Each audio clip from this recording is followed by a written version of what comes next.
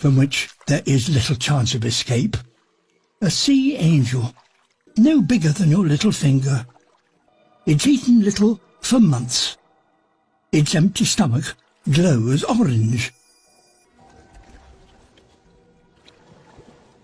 And there are other hungry arrivals. A sea butterfly, a snail with wings. Both angel and butterfly are blind, but each monitors minute changes in the water as they search for a meal. This angel has a devilish side. Its mouthparts invert to form a deadly trap of tentacles, from which there is little chance of escape.